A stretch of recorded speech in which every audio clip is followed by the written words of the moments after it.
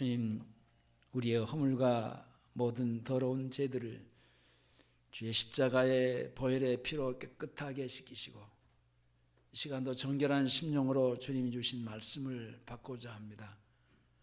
우리의 심령이 새로워지게 하시고 변화받고 고침받게 하셔서 늘 주님과 같이 함께 살며 천국의 삶을 살아가는데 부족하지 않는 인격으로 우리가 잘 만들어지고 주님 앞에 우리의 삶을 통해서 영광을 돌리게 하시며 우리의 삶은 더욱더 풍성해질 수 있게 하여 주시옵소서. 예수님의 이름으로 기도하옵나이다. 아멘. 따라서 하시겠습니다. 왕으로 오신 예수님, 왕으로 오신 예수님, 공생의 3년 반 동안 예루살렘을 중심으로 해서 이스라엘의 온 지역들을 돌아다니시면서 사랑하는 12제자들과 같이 함께 사역을 펼치시면서 많은 역사를 이루셨습니다. 이제 때가 되니 이제 왕으로 오신 그 주님이 예루살렘으로 이제 입성하시는 그런 광경이 오늘 본문에 보여집니다. 많은 사람들이 이제 주님이 오신다는 그런 사실을 알고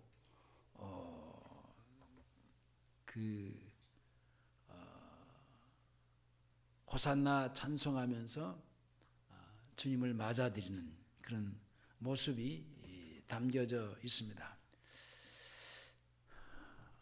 종료주일에 이제 다윗의 자손으로 오신 그 왕이신 예수를 얼마나 구약 시대의 선지자들이 또 말해 주었고 또 많은 사람들이 그 주님을 기다렸는지 모릅니다. 이제 그분이 오셔서 예루살렘을 향해서 이제 올라가시는데 왕에게 드리는 그런 칭호를 부르는 그런 찬송, 호산나라고 찬송을 불렀습니다. 그러나 왕이신 예수를 기다렸던 사람들을 포함해서 그 또 한편으로는 예수님을 대적했던 유대인들과 그들의 선생들 누굽니까? 제사장들, 서기관들, 이 모든 사람들이 메시아를 기다리고 메시아를 말하고 가르치지만은 그 눈앞에 있는 그 메시아, 만왕의 왕으로 오신 그 메시아를 알아보지 못합니다. 심지어는 주님의 제자들까지도 주님이 죽으시기 위해서 오신 사실을 까마득하게 알지 못한, 그래서 주님이 십자가의 길을 가시면 안 됩니다 만류하면서 그 오해할 정도로 그렇게 주님이 왜 오셨는가를 까마득하게 잊어버리고 있습니다. 예수님은 왕으로 오셨지만은 인류의 죄의 짐을 안고 오신, 죽으러 오신 왕입니다. 예수님이 죽으러 오신 것은 하나님의 창조시에 왕노릇 하던 사람이 죄를 지음으로 영적으로 죽고 영혼의 종노릇 하는 죄인이 되었을 때 우리와 함께 죽었다가 우리와 함께 다시 살아야 이제 함께 왕노릇 할 수 있기 때문에 주님이 육신의 몸을 입고 이 땅에 오셔서 십자가의 길에 걸어가시면서 고초를 당하시고 온갖 고문과 그 고초를 당하셨습니다. 우리는 오늘 본문의 말씀을 통해서 주님의 마음을 몰랐던 죄인의 모습에서 우리의 현실을 우리가 지금 어느 정도 주님이 나를 위해서 어떤 일을 하셨고 내가 그 주님 앞에서 어떤 모습으로 지금 살아가고 있는지를 직시하면서 주님의 주신 은혜를 받고자 합니다. 우리 창세기 1장으로 한번 가보겠습니다.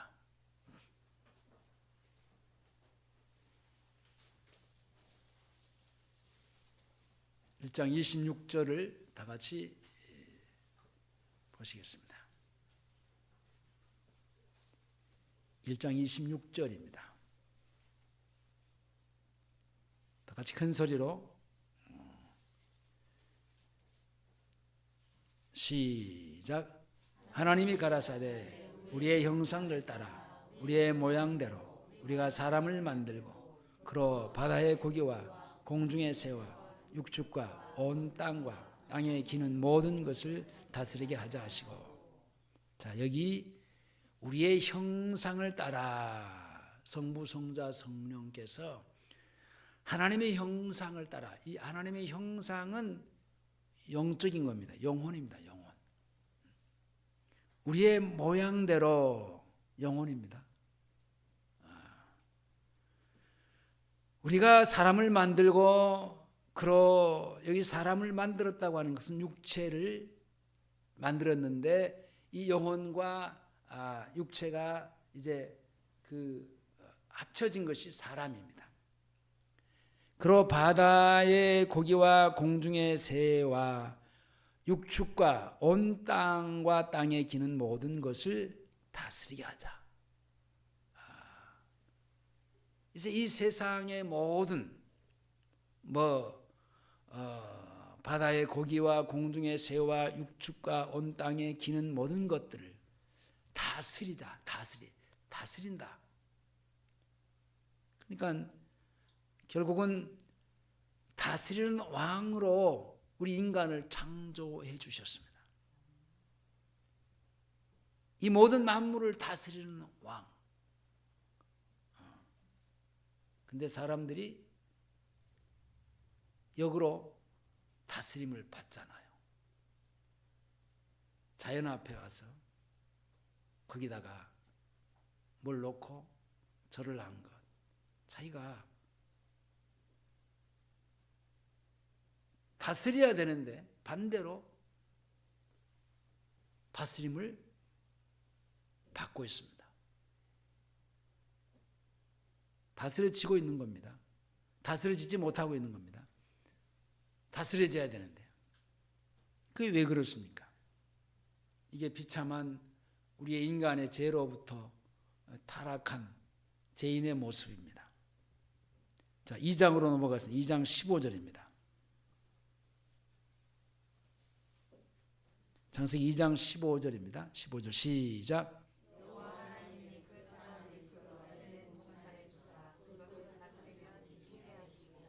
네, 여호와 하나님이 그 사람을 이끌어 에덴 동산에 두어서, 에덴 동산에 모든 만물들이 다 펼쳐져 있는 곳이죠. 그곳에 두면서 그곳을 다스리고 지키게 하셨습니다. 이렇게 다스리는 주권을 주셨다고요. 여러분, 에덴 동산은 낙원입니다. 파라다이스 낙원입니다. 사람이 왕노릇하고 세상 만물을 다스릴 때 가장 하나님이 만드신 사람으로서의 가장 즐거운 인생입니다. 그런데 자 16절 17절로 가볼까요? 2장 16절 17절로 시작.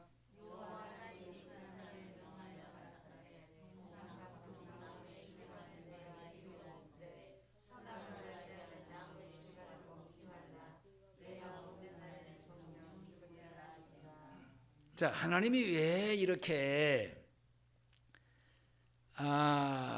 그 사람에게 명하여 가라사대 동산 각종 나무의 실과는 내 임으로 네가 자유로 먹을 수 있지만은 선악을 알게 하는 나무의 실과는 먹지 말라. 내가 먹는 날에는 정령 죽으리라.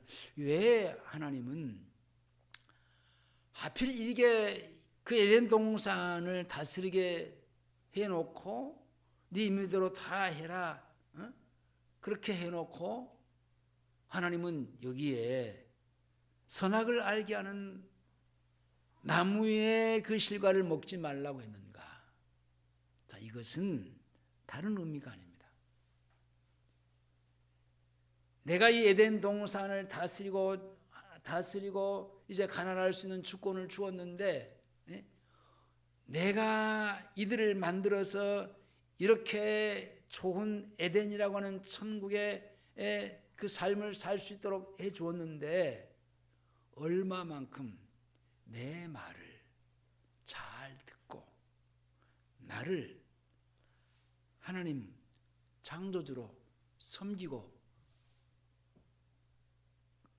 그분의 내가 다스림을 잘 받고 사는지를 확인하기 위해서였습니다.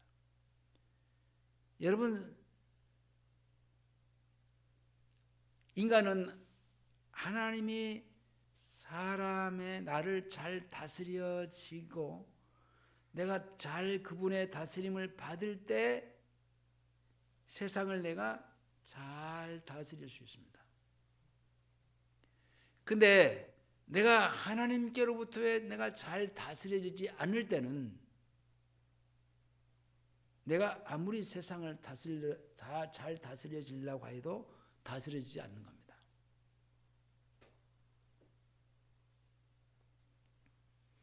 하나님의 언약을 불순종한 사람은 죄로 말미암아 영적으로 죽고 육체만 남아 버린 상태가 된 겁니다. 결국은 여기에 2장 17절 말씀을 불순종함으로 말미암아 그때부터 우리 인간에게, 사람에게는 비극이 시작되었습니다. 영혼의 종노릇을 하고 하나님의 다스림이 끝나버렸어요.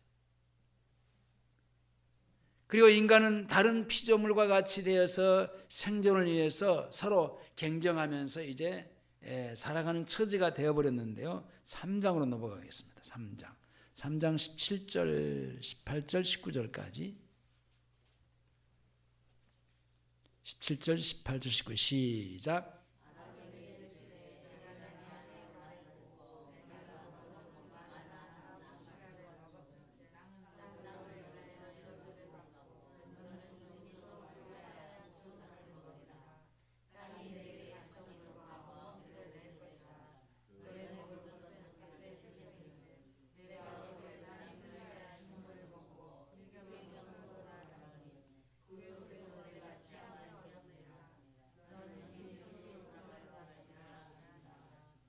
자, 여기 17절에 아담에게 이르시되 네가 내 아내의 말을 듣고 내가 너더러 먹지 말라 나무의 실과를 먹었은즉, 하나님의 다스림을 받아야 될 아담, 이 의미는 사람이라는 얘기입니다.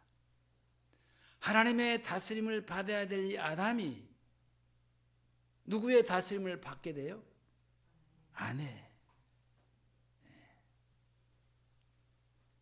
자, 그렇게 되면은 문제가 이제 되는 겁니다. 내가 너더러 먹지 말라 한 나무의 실과를 먹었은즉 땅은 너로 인하여 저주를 받고, 땅. 그러니까 하나님이 나를 다스리고 내가 그 다스림 속에서 세상을 다스리고, 이게 그 하나님이 정해 주신 질서인데, 하나님이 나를 다스리는 그 다스림을 결국은 거부하고 사람의 다스림, 아내의 말을 들었단 말입니다. 그러니까 결국은 질서가 파괴된 겁니다. 그래서 이제 거기서부터 문제가 시작이 됩니다. 물론 시작은 앞에서 16절에서부터 시작이 됐지만은, 자, 이제 한 나무의 실과를 먹었은즉 땅은 너로 인하여 저주를 받고 너는 종신토록 수고하여 그 소산을 먹으리라. 땅이 내게 가시덤불과 엉겅퀴를 낼 것이라. 이 하나님의 다스림을 거역하고 거부한 인간은 삶 자체가 이제 그 가시덤불과 엉겅퀴를 낼 것이다. 삶 자체가 이렇다라는 겁니다. 너 먹을 것은 밭의 채소인즉 내가 얼굴에 땀이 흘려야 식물을 먹고 필경은 흙으로 돌아가려니 그 속에서 내가 취함을 입었으니라. 너는 흙이니 흙으로 돌아갈 것이다. 그러니까 결국 육체만 남은 거예요. 범죄함으로 말미암아 그 영혼이 떠나고 흙만 남은 거예요. 육체만 남은 거예요. 결국은 그 육체가요, 그 삶 자체가 가시덤불과 엉겅퀴를 내면서 결국은 이제 흙으로 돌아가는 그런 신세가 되어버리는 겁니다. 하나님만이 다스릴 수 있는 인간을 사람이 다스리고 사람에게 다스림을 받아야 하는 인간이 되었을 때 이렇게 문제가 됐는데요. 자, 3장으로 넘어가겠습니다. 3장 16절로 보겠습니다. 3장 16절. 자, 16절입니다. 시작.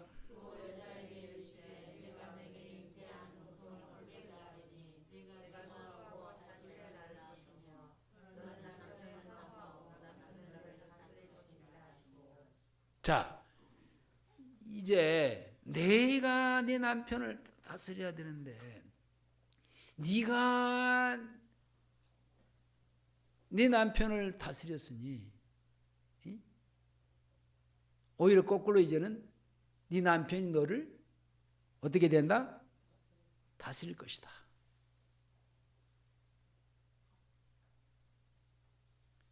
참 이렇게 문제가 됩니다. 그러면서 이제 또 하나의 더 큰 고통을 줍니다. 자식을 낳는 그 해산의 고통을 이제 더하게 되는데,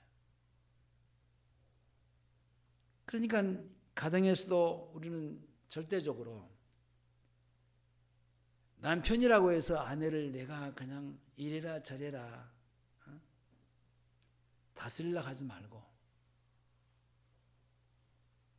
또 요즘은 반대로 그냥 여자들이 남자를 지배하려고 합니다. 특히 젊었을 때 남편이 자기 아내를 다스리고 지배하고 살다가는 이제 나이가 먹으면 거꾸로 이제는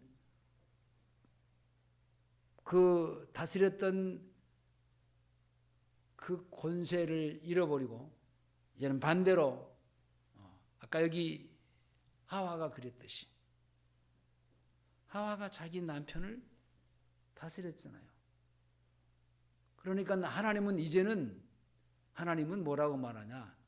내 남편이 너를 다스릴 것이다.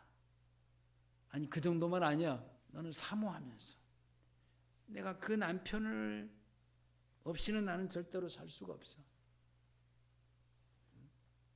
그런 존재가 되면서 이제는 남편이 너를 다스릴 것이니라. 질서가 이렇게 되어버렸어요. 그렇죠? 하나님의 다스림을 받는 자가 끊겨지고 사람이 사람을 다스리는 자가 됐는데 남편이 아내를 다스리게 됐어요. 근데 이제 남편이 아내를 다스리는 것은 괜찮은데 이제는 뒤죽박죽이 되어버린 겁니다. 아내가 남편을 다스리고 또 남편이 자식을 다스리고 지배하고, 자, 이와 같은 죄인들을 이게 삶의 그 엉겅퀴에 해서 이제는 구원해 주실 하나님은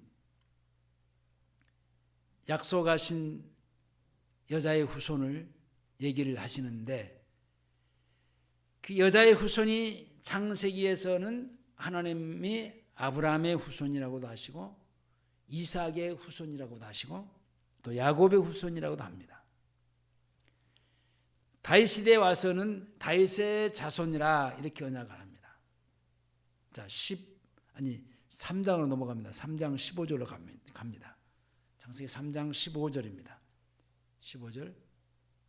내가 너로 시작.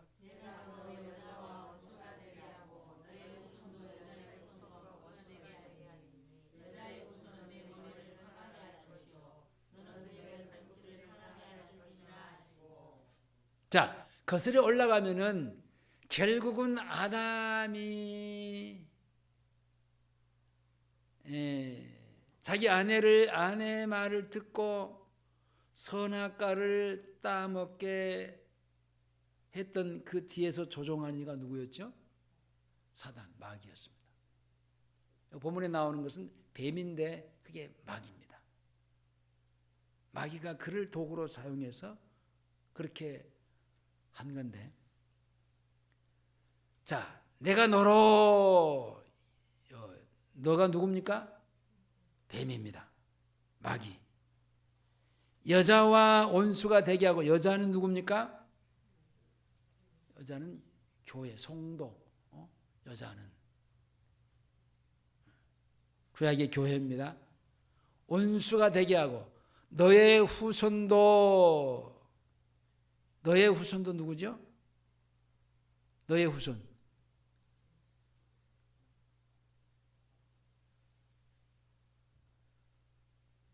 마귀죠.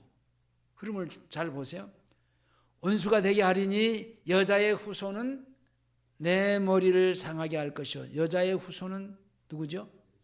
예수 메시아.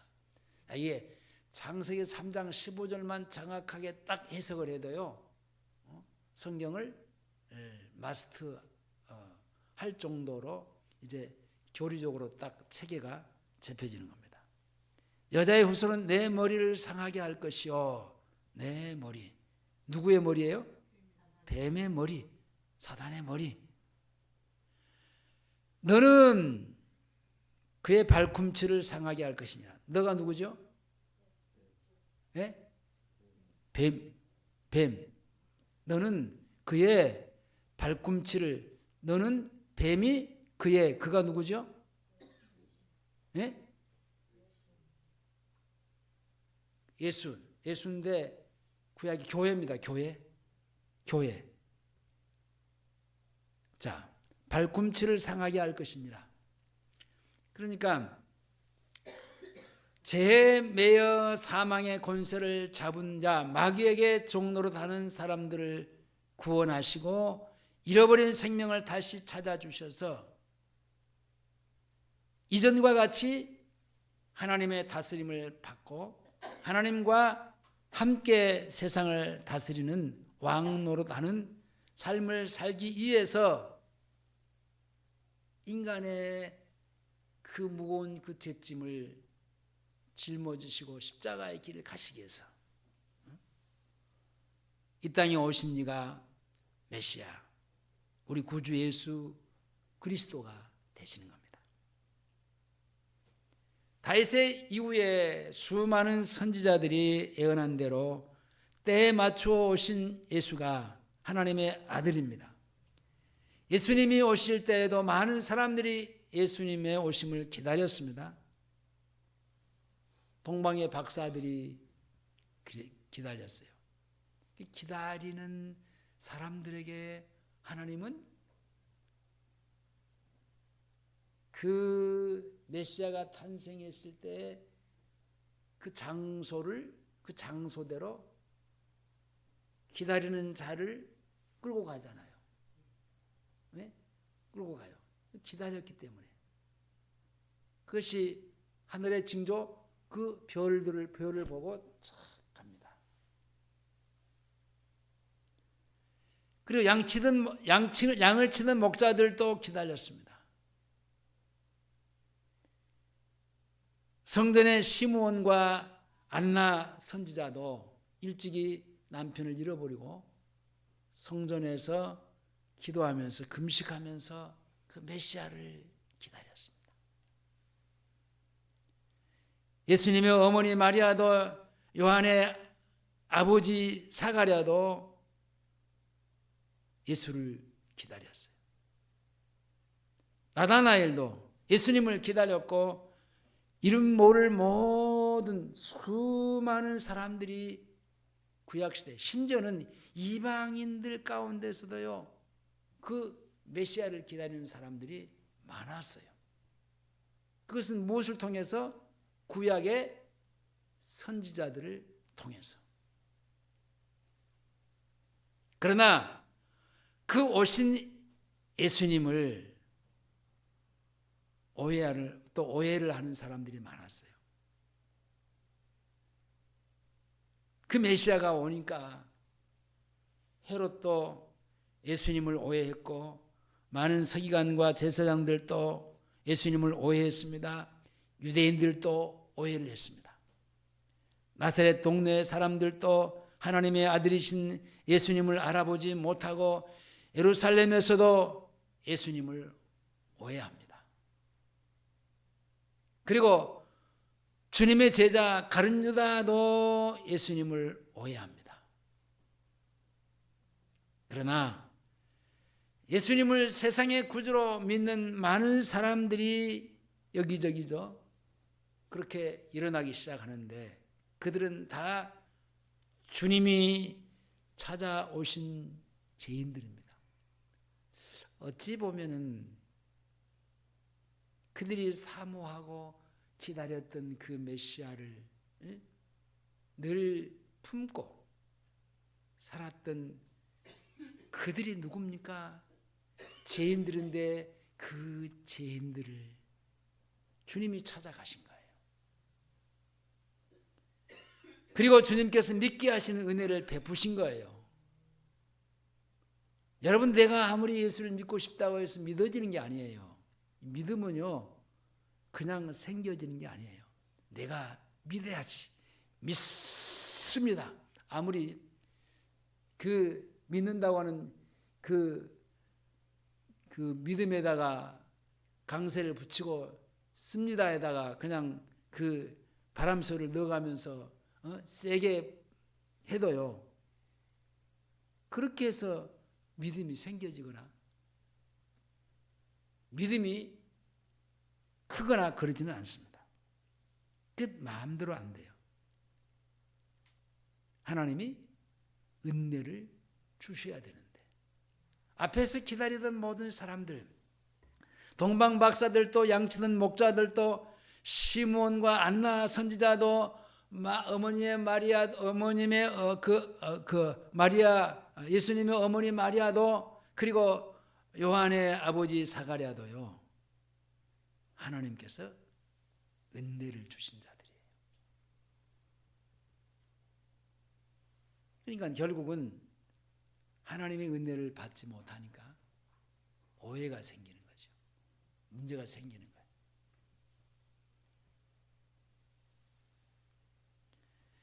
예수님을 세상의 구주로 믿는 사람들이 이제 여기저기 생겨졌는데 그것은 하나님께서 은혜를 베푸셨다는 얘기입니다.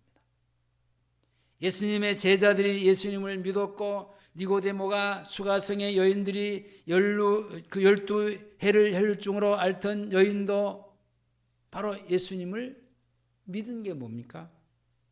믿게 되는 하나님의 은혜를 베푸신 겁니다.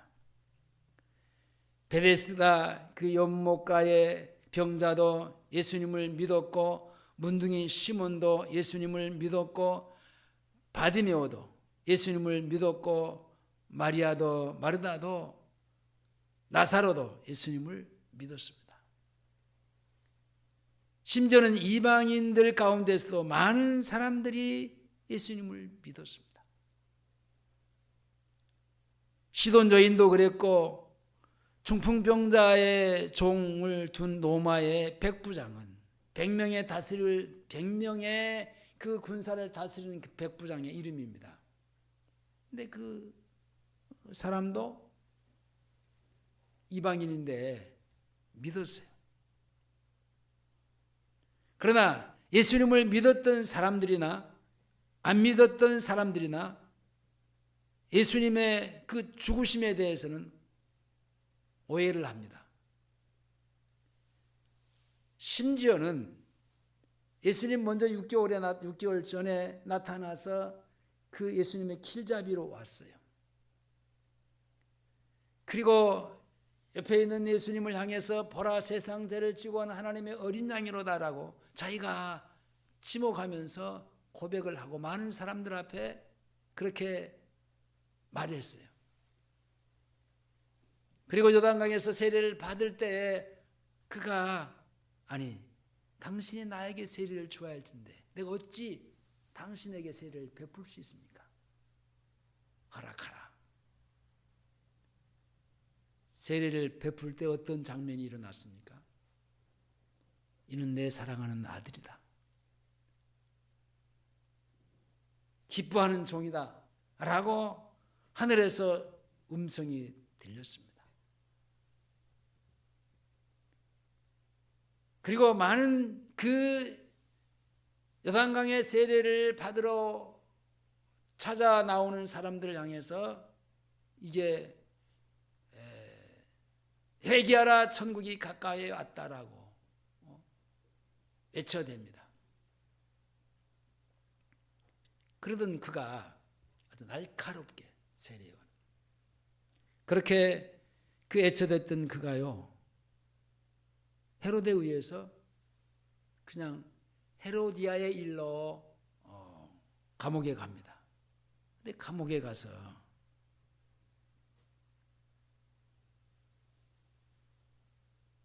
사람을 보내서 오실 그가 당신입니까? 아니면 우리가 당신 아닌 다른 일을 우리가 기다려야 됩니까? 그러면 그 말은 당신이 진짜 메시아입니까? 아니면 우리가 또 다른 진짜 메시아를 기다려야 됩니까? 그러면 자기가 말했던 그 메시아가 아닐 수도 있다라는 얘기입니다. 이 믿음이 이렇게 흐트러지고 오락가락하고 문제가 생기는 겁니다. 자, 이럴 때 어떤 때 여러분들 우리도 고백을 많이 하면서 살았는데 어떤 때 그렇습니까? 어떤 때는 저도 그런 경험이 여러 번 했어요. 목사였지만은 내가 진짜 주님의 선택받은 하나님의 자녀인가? 뭔 일이 잘 술술 풀리지 않고 뭔 일이 막 그 얽히고 막 문제가 생겼을 때 그런 의심이 들 때가 있었단 말입니다. 바로 이 세례 요한이 그렇습니다. 왜 그렇습니까? 여러분 언제 이 의심이 사라져 버렸습니까? 명장님 언제 사라졌어요? 이 의심이. 장로님도 있었죠? 그런 의심이. 언제 사라졌어요? 자, 이장로님은.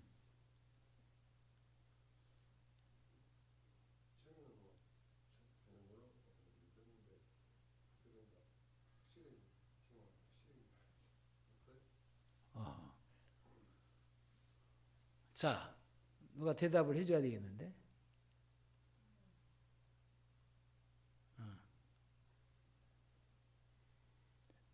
거듭났을 때 우리 안에 성령이 임하시고 나를 다스리고 통치할 때요. 그때는 이렇게 오락가락하지 않습니다. 아직 세례 요한은 아직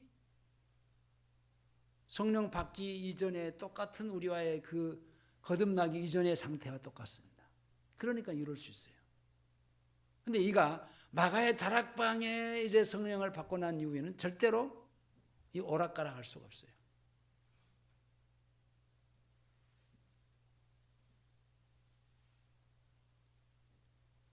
이 부분이 분명해져야 돼요. 어떤 면에서는 이런 부분도 우리에게 이렇게 말씀해 주시는 것은 우리가 다 경험해 본 것들이에요. 경험해 보았던 것들을 세례 요한을 통해서 다시 확인시켜 주는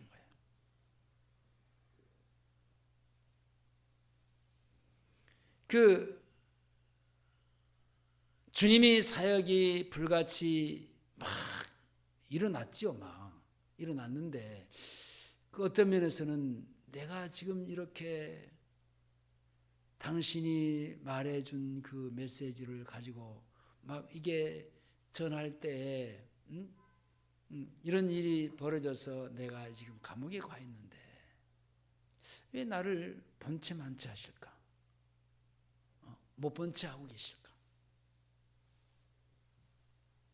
그러니까 옥에 갇혀 있는 자신의 형편과 처지 때문에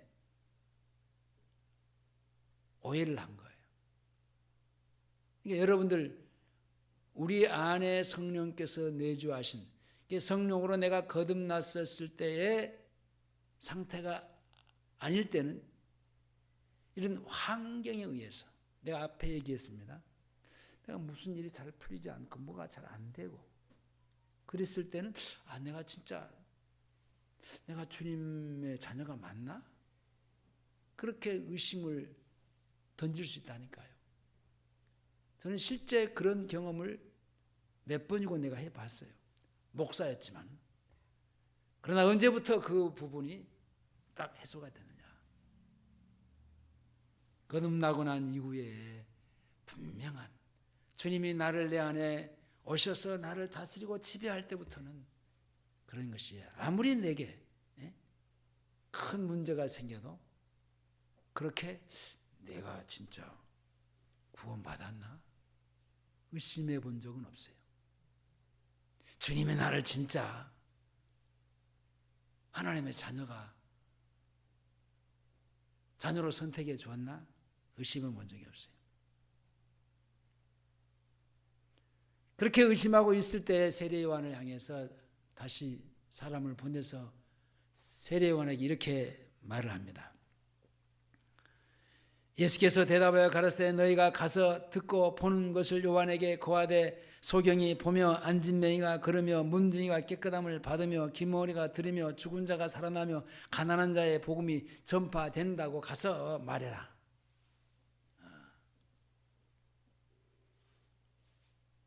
그러면서 주님이 하시는 말씀이 나로 인해서 절대로 실족하지 않는 자가 복이 있다고 말합니다. 주님이 말씀하신 실족하는 것은요, 믿지 못하는 의심을 하는 겁니다. 실족하지 않는 것은요, 믿는 것입니다. 가이사랴 빌립보에서 베드로는요, 주님이 죽지 않아야 된다고 그렇게 생각을 했습니다. 자, 마태복음으로 가겠습니다. 마태복음 16장입니다.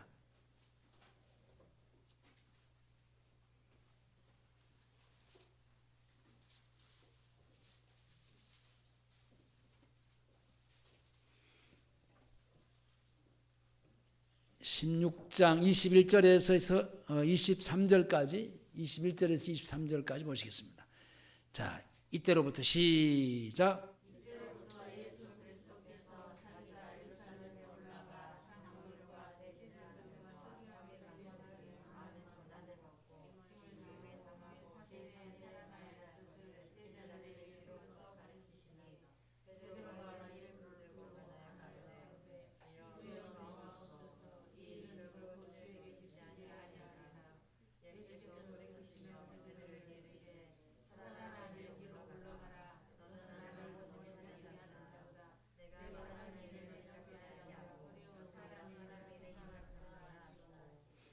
베드로를 향해서 너는 나를 넘어지게 하는 자로다 그랬어요. 그러면서 이 사탄이라고까지 규명을 했는데 나를 넘어지게 한다. 넘어지게 하는 것이 뭡니까? 십자가에 못 박아 인류의 죄를 대속하시기 위해서 주님이 하나님으로부터의 보내심을 받고 이 일의 사명을 가지고 왔는데 그것을 못하게 하는, 그러니까 넘어지는 거죠. 그건. 그러니까 지금 베드로가요, 같이 먹고 살고 3년 반 동안 생활을 했으면서도요, 주님이 오셔야만 했고, 오셔서 사역을 하시면서 그 말씀을, 하나님 나라에 대한 얘기를 했어요. 근데 지금 극단적으로 주님이 하시는 말씀이, 내가 예루살렘에 올라가서 대제사장들과 장로들과 서기관들에게 내가 붙잡힘을 가서 죽고 그 다음에 반드시 사흘 만에 다시 살아날 것을 얘기했는데, 이게 죽는다는 것만 생각을 하지 다시 살아난다는 얘기는 귀에 들어오지 않아요. 이게 죽어야 다시 부활이 있잖아요. 그러죠? 죽어야 우리의 인류의 죄를 대속하실 수 있잖아요. 죽는 것은 그 죄값이란 말입니다.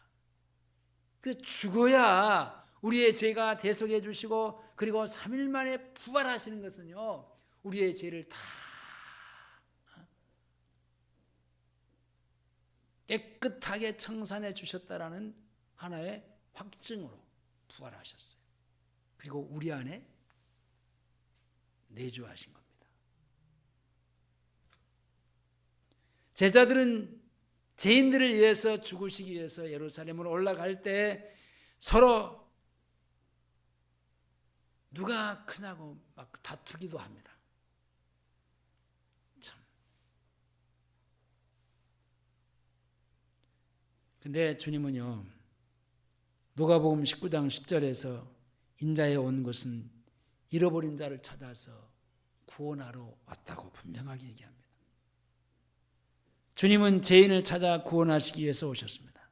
주님은 이 세상의 죄인들을 위해서 죽으러 오셨습니다. 죽기 위해서 만왕의 왕으로 오셨습니다.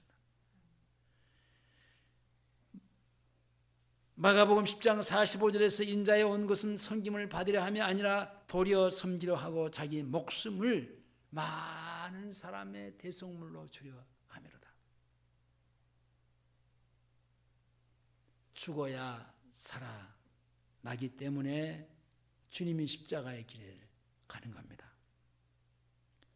요한복음 10장 17절에 아버지께서 나를 사랑하신 것은 내가 다시 목숨을 얻기 위하여 목숨을 버림이라. 다시 부활하기 위해서 주님이 죽으신다는 거예요. 요한복음 10장 18절에 이를 내게서 빼앗는 것이 아니라 내가 스스로 버리노라. 나는 버릴 권세도 있고 다시 얻을 권세도 있으니 이 계명은 내 아버지께서 받았노라. 아버지께서 받은 거란 말입니다. 예수님의 죽으심은 죄인과 함께 죽으심입니다. 무릇 그리스도 예수와 함께 세례를 받은 것은 우리는 그의 죽으심과 합하여 세례를 받은 줄 알지 못하느냐? 예수님의 부활은 믿는 자의 부활입니다. 로마서 6장 5절에 만일 우리가 그의 죽으심을 본받아 연합한 자가 되었으면 또한 그의 부활을 본받아 연합한 자가 되리라. 예수님이 다시 사신 것은 예수님을 믿는 우리가 영생을 얻어서 그 생명으로 살게 하기 위해서입니다. 로마서 6장 4절에 그러므로 우리가 그의 죽으심과 합하여 세례를 받음으로 그의 함께 장사되었나니 이는 아버지의 영광으로 말미암아 그리스도를 죽은 자 가운데서 살리심과 같이 우리로 또한 새 생명 가운데서 행하게 하려 합니다. 부활하신 예수님을 믿음으로 영생 곧 새 생명을 얻어서 그 생명 가운데서 살게 하는 것이 곧 그리스도와 함께 왕노릇하기 위한 겁니다. 로마서 5장 17절에 한 사람의 범죄로 인하여 사망이 그 한 사람으로 말미암아 왕노릇하였은즉 더욱 은혜와 의의 선물을 받은 자들이 한 분 예수 그리스도로 말미암아 생명 안에서 왕노릇하리로다. 그것이 바로 에덴 동산에서 잃어버린 하나님의 나라, 왕노릇하는 생활이 온전히 회복되고 이제 그리스도의 십자가의 죽으심과의 부활을 통해서 완성하신 것입니다. 말씀을 맺겠습니다. 자, 이와 같이 주님의 마음을 제자들까지도 몰랐을 때 주님은 얼마나 그 마음이 아프셨을까. 33년 내내 아무도 알아보지 못하는 아버지가 정하신 그 길을 가면서 주님은 어떤 면에서는 한없이 애로웠어요. 더더구나 12 제자들이 다 자기를 뿔뿔이 흩어지고, 여러분들 가장 어려울 때요, 옆에만 있어도요, 그것이 위로가 되고 큰 힘이 됩니다. 근데 힘들 때요, 사람은 다 떠나버립니다.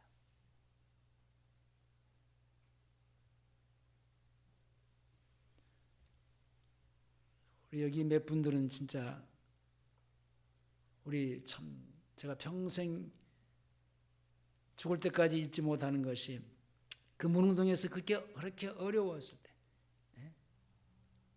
경매를 당하고 어머니까지 그냥 길바닥에 내 던져지고, 그리고 살리면 다 길바닥에 내 젖어 버리고, 오고 갈 때 저는 오부리는 없고, 물론 그런 상황이 오겠다라고 생각을 하는 사람들이 하나 둘씩 다 떠나가면서 그런 환경을 맞았지만, 그래도 다 떠나갔지만은 몇 분만은 끝까지 남았습니다.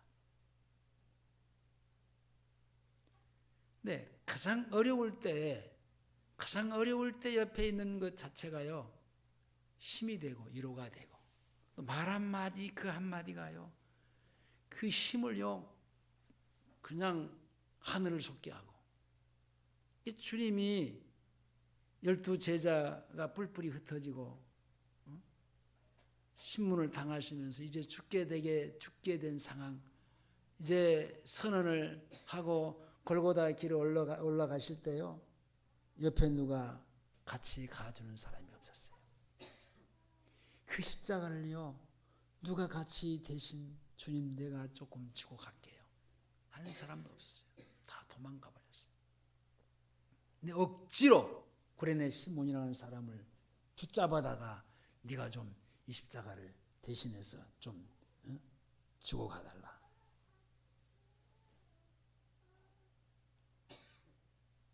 얼마나 주님이 가신 그 십자가의 길은 얼마나 애로우셨겠습니까?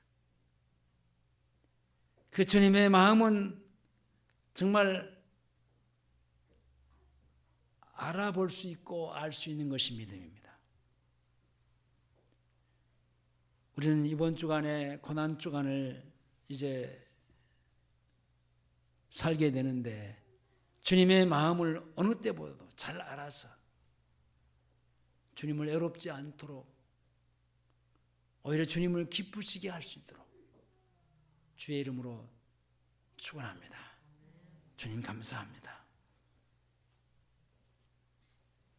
주님이 죽으셔야만이 다시 살아날 수 있기에 우리의 죄를 다 짊어지시고 십자가의 길을 가셔서 최후에 한 방울의 피도 물도 남기지 않고 다 쏟으시면서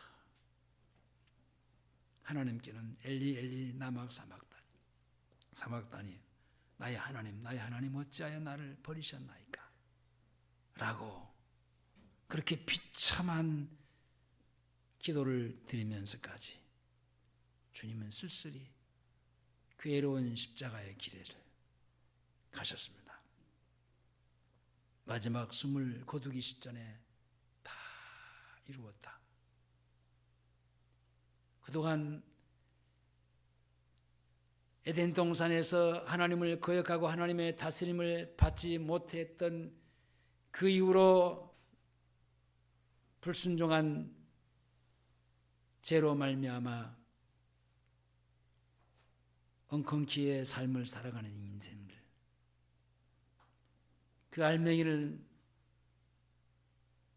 빼앗겨 버리고 이 마귀에게 내어져 버린 이 세상에 짓밟히며 이리저리 끌려다니는 대로 끄는 대로 끌려다니면서 비참하게 살아가던 우리를 위해서 우리를 불쌍히 여기시고 그 모든 것들을 다 짊어지시고 십자가에서 죽으셨습니다. 그리고 사흘 만에 부활하셨습니다. 승리하셨습니다. 그리고 우리 안에 오셔서 우리를 다스리고 통치하시는 천국의 삶을, 에덴 동산에서 잃어버렸던 그 회복을 다시 시켜주심으로 말미암아 그 큰 은혜, 그 큰 하나님의 사랑을 받았습니다. 감사합니다. 이 은혜를 잊어버리지 않게 하시고 기억하게 하시고 그 사랑으로 늘 다스림과 통치 속에 살아가게 하시옵소서. 예수님의 이름으로 기도하옵나이다. 아멘.